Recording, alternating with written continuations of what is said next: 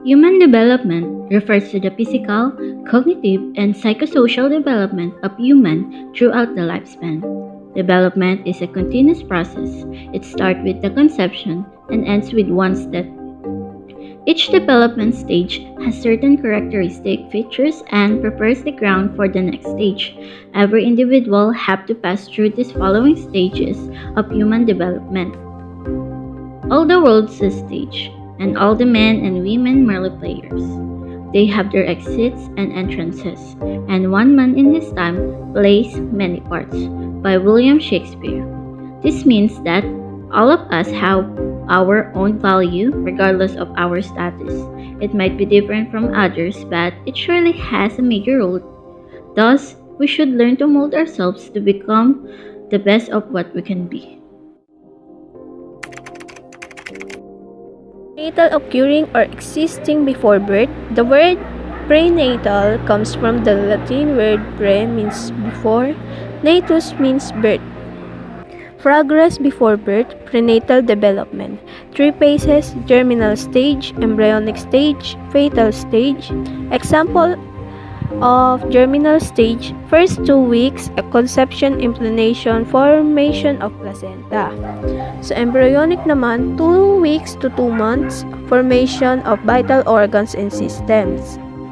Fetal stage, 2 months to birth. Bodily growth continues, movements capability begins, brain cells multiply, age of viability. Infancy, the state or period of early childhood or babyhood. Infancy, birth to 2 years, extremely depends on adults, beginning psychological activities like language, symbolic thought, sensory motor coordination, and social learning. Language of newborn is the cry, usually it's every 2 to 3 hours, and coordinate movements. Early childhood. Ito ang yugto ng mga kabataang umiidad 3 hanggang 5 taong gulang. Ang mga batang nag-iedad sa gintong yugto ay natututo ng bumilang o kumilanlan ng mga kulay at banggitin ang alpabeto o ang mga numero. Sila ay nasa yugto ng mga batang tinatawag nating nasa preschool at sila rin ay paunti-unti nang natututo at kumikilos ng sila lang o batay sa kanilang sarili lamang. Ang mga batang ganitong edad ay nauutusan ng kanilang mga magulang kahit sa mga simple at magaan na gawaing bahay. Middle and late childhood o ang mga batang nag-iedad 6 hanggang 12 taong gulang. Sa ganitong yugto, ang mga bata ay mas na-expose na sa mga malalaking bilang ng tao. Sila ay maaaring nasa baitang 1 hanggang baitang 6 o mas kilala natin sa tawag ng mga batang nasa elementarya. Sa ganitong edad, nagsisimula na rin ang pagkakaroon ng pag-aaway o hindi pagkakaintindihan sa mga kapwa o kaedad nila. Sa ganitong edad, mas makikita natin ng lubos ang pagiging malikhain ng bawat kabataan.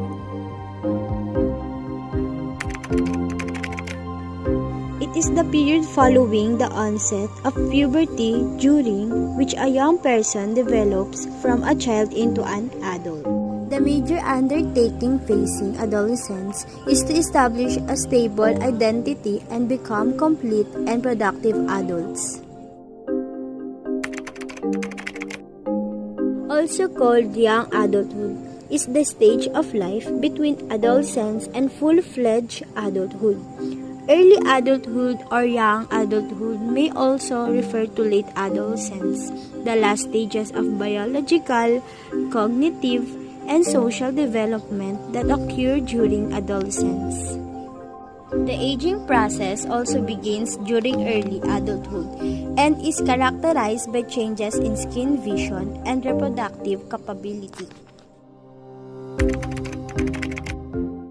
Middle adulthood. These are the ones in 30 to 60 years old. This is a period of lifespan between early adulthood and late adulthood. This stage is where aging becomes more obvious. May ilan na nakakaramdam ng panlalabo ng mga mata, kaya kaya ang ilan ay kailangan na ng corrective lenses. Some also are having hearing problems. Skin also dries out and it is prone to wrinkles.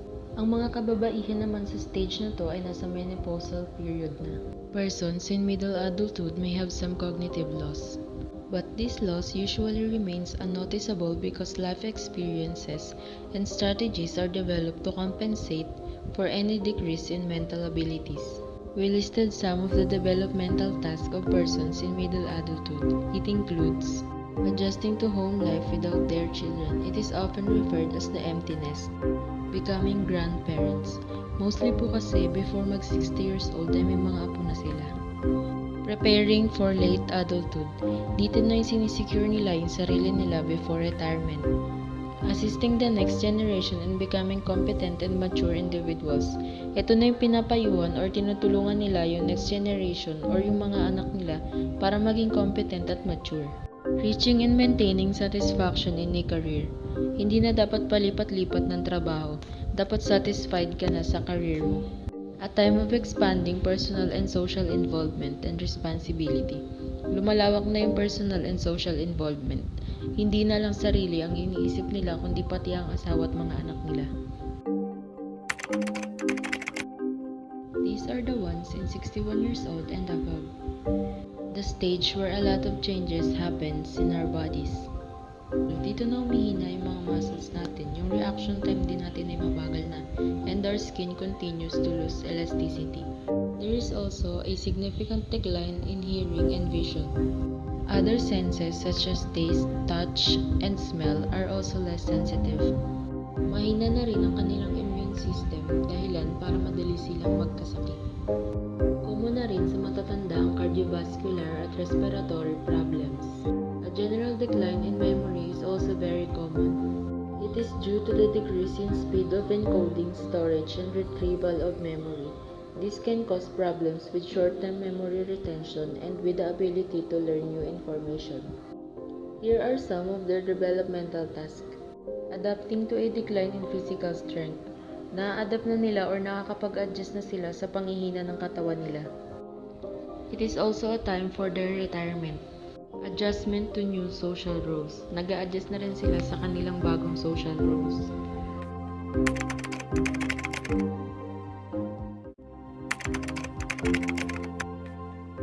Ako po si Veronica Yu, 16 na taong gulang, nakatira sa Barangay Gaya-Gaya, San Jose del Monte, Bulacan.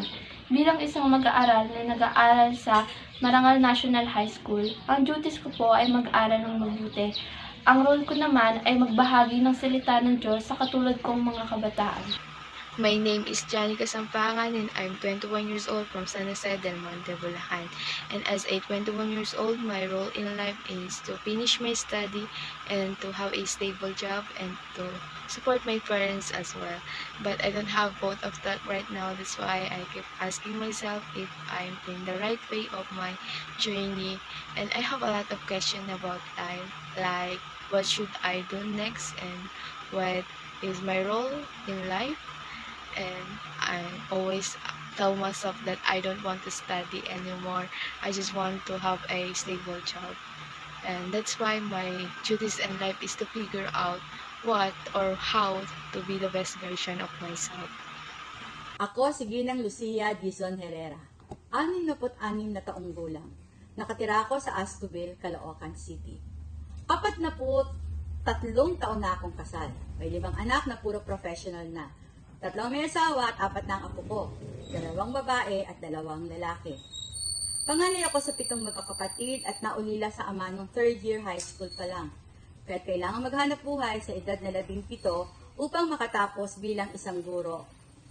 Papalad ako nang sagutin ng Mathematics Teacher Association of the Philippines ang aking masteral degree. Naging guro ako sa Matematika at Computer sa Novaliches High School sa loob ng 31 taon.